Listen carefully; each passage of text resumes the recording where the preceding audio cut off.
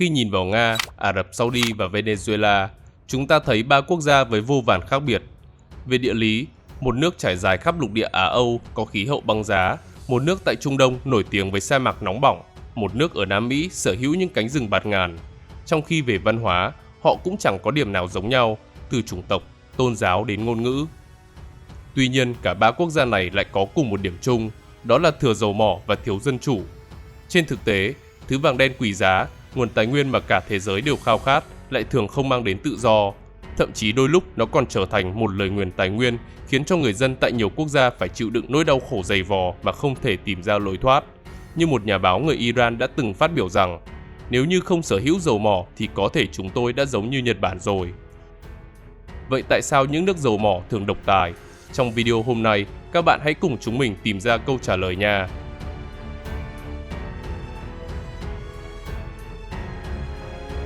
Dầu mỏ và dân chủ, hai đường thẳng song song. Trên bản đồ chính trị thế giới, các quốc gia dầu mỏ hiếm khi là những nền dân chủ thực sự. Trái lại, họ thường duy trì thể chế độc tài với hệ thống kiểm soát nghiêm ngặt. Một ví dụ điển hình là Venezuela, quốc gia có trữ lượng dầu mỏ lớn nhất thế giới với 304 tỷ thùng. Trái với hình ảnh bất ổn và độc tài ngày nay, nước này từng trở thành biểu tượng dân chủ ở Mỹ Latin. Kể từ năm 1958, Venezuela duy trì một nền chính trị tương đối ổn định với các cuộc bầu cử tự do trong thời kỳ mà phần lớn các quốc gia trong khu vực phải đối mặt với làn sóng độc tài quân sự. Tuy nhiên, mọi thứ đã thay đổi vào năm 1998 với việc Hugo Chavez đắc cử tổng thống, qua đó mở ra một thời kỳ tập trung quyền lực và duy trì sự lệ thuộc của nền kinh tế vào dầu mỏ. Ban đầu, chính sách này được ca ngợi vì giúp xóa đói giảm nghèo, nhưng về lâu dài lại khiến cho quốc gia suy kiệt khi mà giá dầu sụt giảm. Sau khi Hugo Chavez qua đời vào năm 2013, thì Nicolas Maduro lên nắm quyền và tiếp tục đường lối tập trung quyền lực. Dù Venezuela vẫn tổ chức bầu cử, nhưng lại bị cộng đồng quốc tế đánh giá là thiếu minh bạch với việc loại bỏ ứng viên đối lập, kiểm soát truyền thông và vi phạm nhân quyền. Theo chỉ số dân chủ của The Economist, Venezuela xếp hạng 142 trong số 167 quốc gia và bị coi là một chế độ độc tài. Tương tự thì Ả Rập Saudi, đất nước có trữ lượng dầu mỏ lớn thứ hai toàn cầu với 267 tỷ thùng. Đây là một trong số ít các quốc gia trên thế giới vẫn duy trì chế độ quân chủ chuyên chế.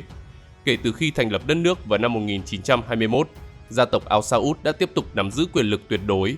Vua vừa là nguyên thủ quốc gia, vừa là thủ tướng, điều hành cả lập pháp, hành pháp lẫn tư pháp, còn hội đồng tư vấn chỉ có vai trò hạn chế với các thành viên do chính nhà vua bổ nhiệm. Hệ thống luật pháp dựa trên luật Sharia theo trường phái Wahhabi cực kỳ bảo thủ, qua đó hạn chế nghiêm ngặt tự do báo chí, tự do chính trị và cấm hoàn toàn các đảng đối lập. Trong khi cảnh sát tôn giáo có quyền lực lớn trong việc giám sát đời sống, từ phong cách ăn mặc đến hành vi ứng xử, còn Internet và mạng xã hội thì bị kiểm soát chặt chẽ, với nhiều nhà báo và nhà hoạt động bị bắt giam. Dưới thời Thái tử Mohammed bin Salman, một số cải cách xã hội đã được thực hiện như là cho phụ nữ lái xe hay là mở rạp chiếu phim, nhưng đây là cải cách từ trên xuống, chứ không kèm dân chủ hóa và việc đàn áp tiếng nói bất đồng thậm chí còn mạnh hơn trước. Điển hình là vụ sát hại nhà báo Jamal Khashoggi vào năm 2018. Theo chỉ số dân chủ, Ả Rập Saudi xếp hạng 148 trong số 167 quốc gia. Cũng tại Trung Đông, Iran sở hữu trữ lượng dầu mỏ lớn thứ ba thế giới với 209 tỷ thùng. Trong quá khứ, đây từng là một quốc gia quân chủ do gia tộc Pahlavi lãnh đạo.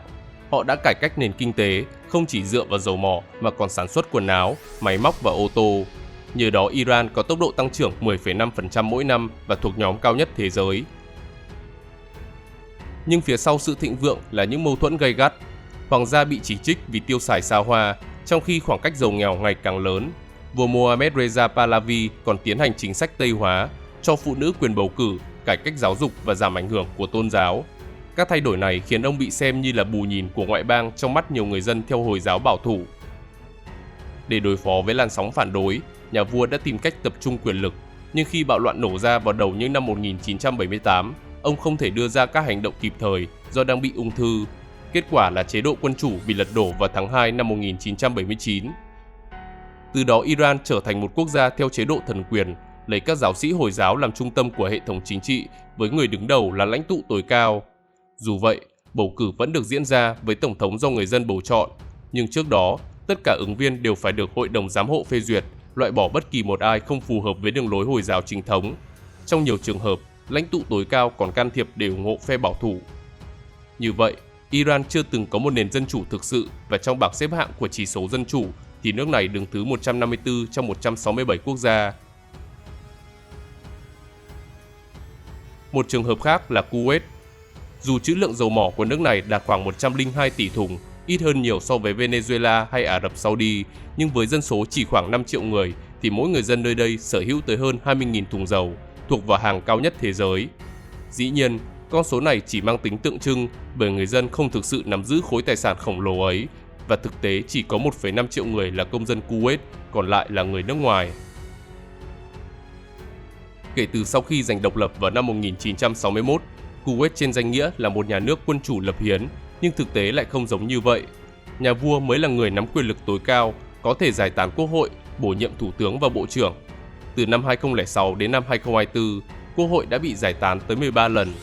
Các đảng chính trị cũng không được phép hoạt động, nhưng có các liên minh không chính thức như là phe tự do, phe dân túy và phe Hồi giáo. Quốc hội do dân bầu, có thể chất vấn chính phủ, chặn dự luật hoặc là bỏ phiếu bất tín nhiệm. Nhìn chung, nếu xét theo chuẩn Trung Đông thì Kuwait tương đối tiến bộ, nhưng do quốc vương mới giải tán quốc hội nên trong bảng xếp hạng chỉ số dân chủ, nước này đứng thứ 130 trong số 167 quốc gia. Tiếp theo là UAE. Quốc gia này cũng gây ấn tượng bởi trữ lượng dầu tính trên đầu người ở mức cao. Với 113 tỷ thùng và dân số 11 triệu người thì mỗi người dân nơi đây sở hữu tới 10.273 thùng dầu.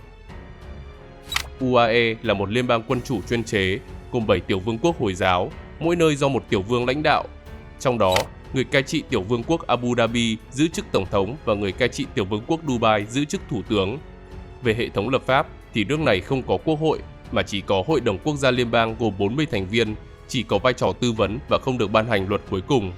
Một nửa số ghế là do các tiểu vương bổ nhiệm, nửa còn lại được bầu qua hệ thống bầu cử rất hạn chế. Dù vậy thì UAE vẫn được đánh giá là tiến bộ hơn nhiều so với các nước láng giềng trong khu vực, và trong bảng xếp hạng chỉ số dân chủ, nước này đứng thứ 119 trong số 167 quốc gia.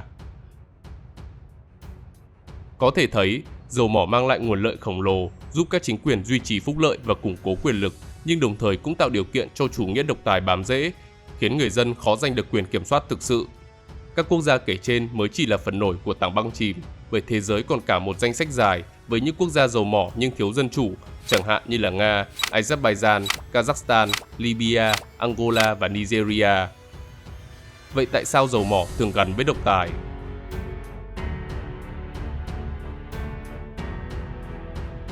Khi dầu mỏ nuôi ngân sách, tiếng nói của người dân bị che khuất. Có một thực tế là khi ngân sách quốc gia phần lớn được nuôi sống bằng doanh thu xuất khẩu dầu mỏ, thì chính phủ không cần phải thu nhiều tiền thuế từ người dân hay là doanh nghiệp. Điều này nghe qua tưởng như một tin tốt, ít thuế thì dân đỡ khổ, nhưng thực tế lại tạo ra một hệ quả nguy hiểm. Ở các nền dân chủ phát triển, chính quyền tồn tại nhờ tiền thuế của người dân, nên người dân có quyền được đòi hỏi minh bạch, giám sát chi tiêu và yêu cầu lãnh đạo giải trình. Ngược lại, ở những nước giàu dầu mỏ, người dân không đóng thuế trực tiếp nên cũng khó yêu cầu quyền kiểm soát hay là buộc chính phủ phải lắng nghe. Vì vậy, chính quyền ít bị ràng buộc bởi xã hội và có thể thoải mái quyết định mọi việc mà không sợ mất nguồn thu. Hãy nhìn vào UAE, một trong số ít quốc gia miễn nhiễm hoàn toàn thuế thu nhập cá nhân. Vào năm 2024, dầu mỏ đã tạo ra 131,6 tỷ đô la, chiếm 24,5% GDP và cung cấp 36% ngân sách. Nhưng cần phải chú ý là UAE đã tích được nguồn tiền khổng lồ từ hoạt động khai thác dầu khí, và các quỹ đầu tư của nước này sở hữu tới 2.304 tỷ đô la. Do đó, họ có thể đầu tư vào châu Âu và châu Mỹ, mua sắm những tài sản có giá trị như là bất động sản, cổ phiếu của tập đoàn công nghệ hay là cả câu lạc bộ Manchester City. Tương tự như vậy thì Qatar, Bahrain, Kuwait và Ả Rập Saudi ở Trung Đông cũng như là Brunei ở Đông Nam Á đều không đánh thuế thu nhập cá nhân. Đặc điểm chung của những nước này là nhiều dầu mỏ, dân số ít và theo đạo Hồi. Họ đều sử dụng nguồn thu khổng lồ từ dầu như một công cụ mua chuộc chính trị, ban phát lợi ích vật chất cho người dân nhằm ngăn dân chúng xuống đường đòi hỏi thay đổi. Ví dụ rõ nhất là Ả Rập Saudi. Nước này trợ cấp mạnh tay cho mọi thứ, từ xăng dầu giá rẻ nhất thế giới, tiền điện gần như miễn phí đến các khoản hỗ trợ mua nhà và giáo dục. Ngoài ra, chính phủ còn tạo hàng trăm nghìn công việc trong khu vực công, trả lương ổn định mà không yêu cầu năng suất cao. Điều này biến việc làm cho nhà nước trở thành một đặc quyền, gắn lợi ích cá nhân của người lao động trực tiếp với sự tồn tại của chế độ. Kết quả là đa số người dân không có động lực phản kháng vì bất ổn chính trị đồng nghĩa với việc mất đi các ưu đãi mà họ đang hưởng. Một dạng tiêu chí khác là các dự án hào nhoáng. Ở nhiều quốc gia dầu mỏ vùng vịnh, chính quyền dùng hàng tỷ đô la để xây dựng thành phố mới, tòa nhà chọc trời, sân vận động hoành tráng. Những công trình này không chỉ là biểu tượng thành công mà còn giúp củng cố tính chính danh của chế độ với thông điệp rõ ràng là chúng tôi đang biến đất nước trở thành một cường quốc hiện đại.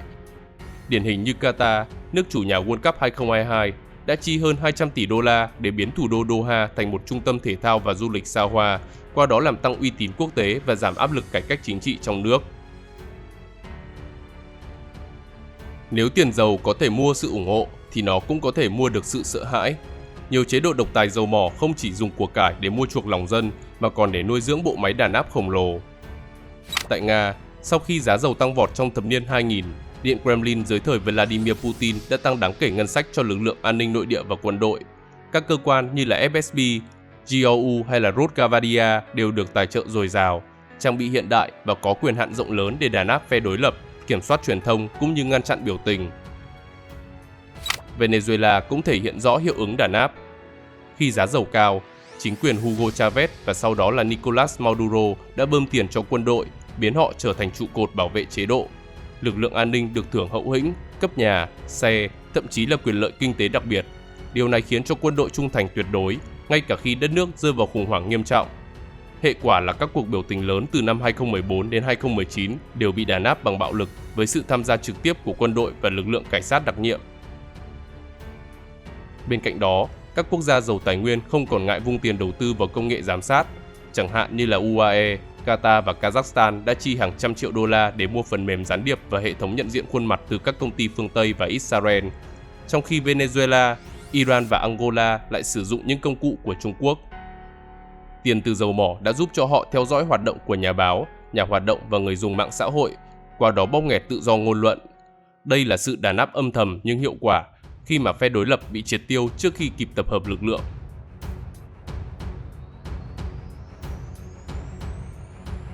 Dầu mỏ dẫn đến độc quyền kinh tế và kìm hãm cạnh tranh.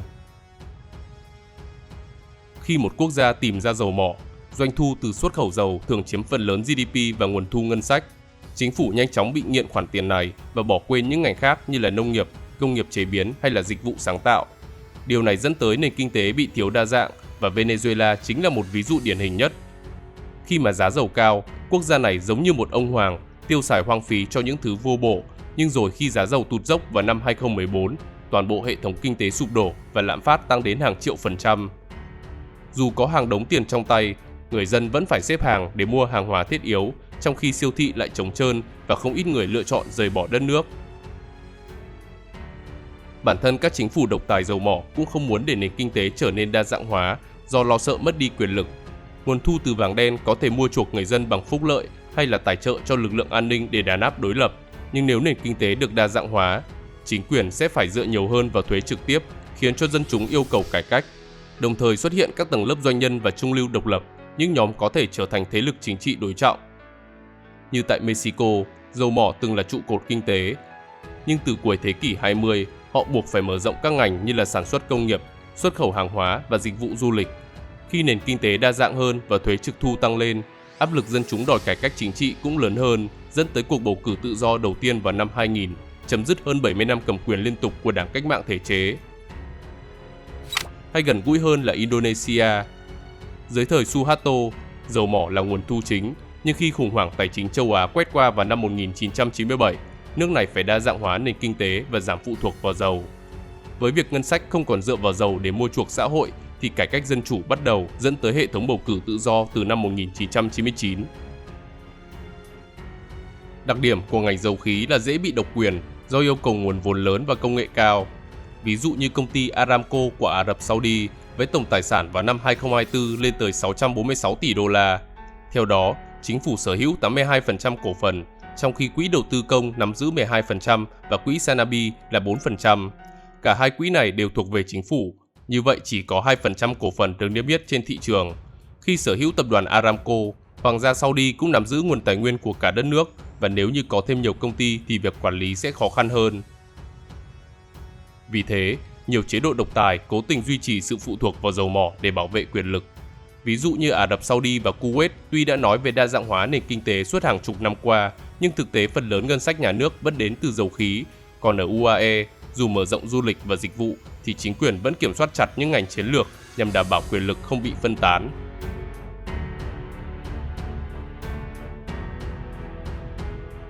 Lời nguyền dầu mỏ, giàu tài nguyên nhưng bất ổn. Khi nhắc đến dầu mỏ, người ta thường nghĩ ngay đến tiền bạc, siêu xe, những tòa nhà chọc trời và một cuộc sống xa hoa không phải lo nghĩ. Nhưng thực tế thì lại tàn nhẫn hơn nhiều. Trong kinh tế học, có một khái niệm mang tên lời nguyền tài nguyên hay là lời nguyền dầu mỏ. Hiểu đơn giản, đây là một nghịch lý. Quốc gia có nhiều dầu mỏ chưa chắc đã giàu, mà ngược lại còn có thể dễ rơi vào khủng hoảng kinh tế, tham nhũng hoặc là chiến tranh. Như ở Nigeria, hàng tỷ đô la tiền dầu đã bị thất thoát qua các dự án ma, hợp đồng mờ ám và các quỹ ngoài sổ sách. Tiền từ dầu không biến thành trường học hay bệnh viện mà trở thành biệt thự, siêu xe và lấp đầy tài khoản ở nước ngoài của giới tinh hoa. Trong bảng xếp hạng chỉ số nhận thức tham nhũng năm 2024, Nigeria xếp hạng 140 trong tổng số 180 quốc gia. Thậm chí trong số 10 nước xếp cuối thì có tới 8 nước gắn liền với ngành công nghiệp dầu mỏ là Nam Sudan, Somalia, Venezuela, Syria, Yemen, Libya, Guinea Xích Đạo và Sudan. Trong khi Eritrea và Nicaragua tuy không nhiều tài nguyên nhưng cũng thiếu dân chủ.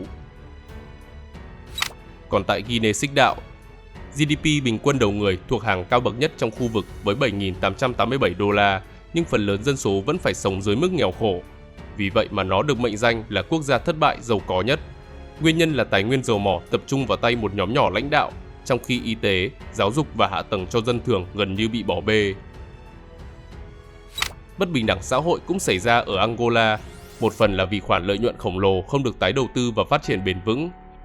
Nếu như thủ đô Luanda là một trong những thành phố đắt đỏ nhất châu Phi, thì tại các vùng nông thôn, cuộc sống vẫn còn rất lạc hậu và người dân đang phải chật vật với cuộc sống mưu sinh. Vì vậy mà hệ số Gini ở đây lên tới 51,3%, thuộc vào hàng cao nhất thế giới. Bên cạnh đó, ở nhiều quốc gia, các nhóm vũ trang, quân đội và phe phái chính trị tranh giành quyền kiểm soát nguồn dầu, dẫn đến xung đột vũ trang kéo dài. Chẳng hạn như tại châu Phi, vùng dầu mỏ Abyei là tâm điểm xung đột giữa chính quyền Sudan và người dân miền Nam, góp phần dẫn đến cuộc nội chiến đẫm máu và cuối cùng là việc Nam Sudan tách ra vào năm 2011. Ngay cả khi đã độc lập, đất nước vẫn tiếp tục rơi vào nội chiến, một phần vì tranh chấp quyền khai thác và chia tiền bán dầu mỏ. Việc có nguồn tiền khổng lồ từ dầu mỏ cũng làm cho các chính phủ đưa ra quyết định mà không cần quá quan tâm đến phản ứng của người dân. Hãy nhìn vào Iran, dù nền kinh tế gặp nhiều khó khăn do cấm vận, chính phủ dưới thời Ali Khamenei vẫn tiếp tục theo đuổi các mục tiêu chính trị của mình. Họ tài trợ cho nhiều nhóm vũ trang trong khu vực, can thiệp vào Palestine, Liban, Syria, Iraq, Yemen, hình thành nên trục kháng chiến để chống lại Mỹ và Israel. Tương tự như vậy, Iraq dưới thời Saddam Hussein cũng từng can dự vào nhiều cuộc xung đột tại Trung Đông. Ông tiến hành chiến tranh với Iran trong hơn 8 năm rồi lại tấn công Kuwait, tạo ra cái cớ hoàn hảo để Mỹ can thiệp. Còn ở Libya, nhà độc tài Muammar Gaddafi cũng có không ít tham vọng, từ xâm lược Chad, gửi quân sang Uganda, can thiệp vào Sierra Leone và Liberia, cũng như tài trợ cho nhiều nhóm kháng chiến ở Palestine, Ireland, Philippines và Mỹ Latin.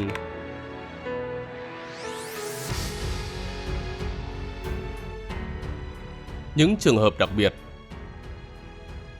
Nhiều người nghĩ rằng cứ giàu dầu mỏ là sẽ trở thành độc tài, nhưng thực tế không phải lúc nào cũng vậy. Có những quốc gia vừa sở hữu trữ lượng vàng đen khổng lồ, vừa duy trì được nền dân chủ ổn định và một xã hội tự do. Bí quyết của họ nằm ở thể chế, minh bạch và chiến lược sử dụng tiền bán dầu. Chúng ta hãy cùng xem xét một số ví dụ điển hình. Đầu tiên là Na Uy. Nước này phát hiện dầu ở miền Bắc vào cuối những năm 1960 với trữ lượng 8,1 tỷ thùng. Thay vì để lợi nhuận rơi vào tay một nhóm nhỏ, chính phủ thành lập Quỹ dầu mỏ quốc gia, hiện là quỹ đầu tư lớn nhất thế giới với 1.738 tỷ đô la. Tiền dầu được đầu tư ra toàn cầu, sinh lời lâu dài và chỉ một phần nhỏ được sử dụng hàng năm cho ngân sách. Quan trọng hơn, mọi hoạt động của quỹ đều được công khai, minh bạch và được giám sát chặt chẽ bởi Quốc hội. Nhờ vậy mà Na Uy vừa giữ được nền kinh tế đa dạng, vừa đảm bảo phúc lợi xã hội hàng đầu thế giới. Một trường hợp khác là Canada với các mỏ cát dầu ở Alberta, một trong những nguồn dầu lớn nhất thế giới với 170 tỷ thùng. Dù vậy thì nước này lại là một nền dân chủ nghị viện ổn định, có hệ thống pháp luật mạnh và báo chí tự do. Tiền bán dầu tuy đóng góp lớn cho GDP và ngân sách, nhưng nó không thể chi phối hoàn toàn nền kinh tế. Chính phủ Canada cũng có các quỹ tiết kiệm dầu ở cấp tỉnh như là Quỹ Di sản Alberta nhằm đảm bảo lợi ích cho những thế hệ mai sau. Chính nhờ sự phân quyền và quản lý minh bạch, dầu mỏ không biến Canada trở thành độc tài. Tương tự như vậy là nước láng giềng Mỹ với trữ lượng 74 tỷ thùng. Hiện nay đây là nhà sản xuất dầu lớn nhất thế giới với 20,1 triệu thùng một ngày, vượt qua cả Ả Rập Saudi và Nga nhờ cuộc cách mạng dầu đá phiến. Tuy nhiên, nền kinh tế Mỹ cực kỳ đa dạng và dầu chỉ chiếm một phần nhỏ trong GDP. Hơn nữa, quyền khai thác dầu chủ yếu thuộc về khu vực tư nhân, có sự cạnh tranh gay gắt, cũng như bị giám sát bởi hàng loạt luật môi trường, thuế và chống độc quyền. Đặc biệt, cơ chế kiểm soát quyền lực của Mỹ, từ tòa án độc lập đến bầu cử tự do, khiến cho dầu mỏ không trở thành công cụ độc tài như ở nhiều nơi trên thế giới. Còn tại khu vực Nam Mỹ, Brazil có trữ lượng 13 tỷ thùng và sản lượng hơn 3,5 triệu thùng một ngày, thuộc nhóm 10 nước sản xuất dầu lớn nhất thế giới. Tuy nhiên, nền chính trị của họ vẫn duy trì một cơ chế dân chủ đa đảng với các cuộc bầu cử tự do và truyền thông độc lập.